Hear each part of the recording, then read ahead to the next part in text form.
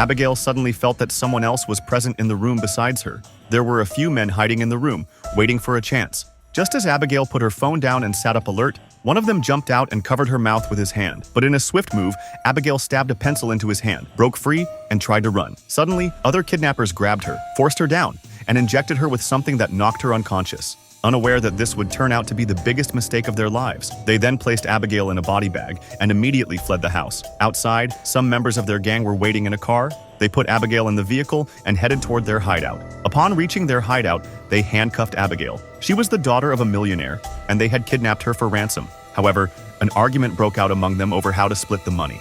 While they were fighting amongst themselves, Abigail suddenly regained consciousness and, with impressive skill, slipped out of her handcuffs. One of the gang members saw her and alerted the rest. But Abigail stood there in a terrifying posture. She revealed her true form. Abigail was a vampire. She immediately leapt onto one of the kidnappers and tried to bite him. But just then, another gang member shot her in the forehead. Abigail collapsed to the ground. They thought she was dead, but to their horror, she suddenly sat up.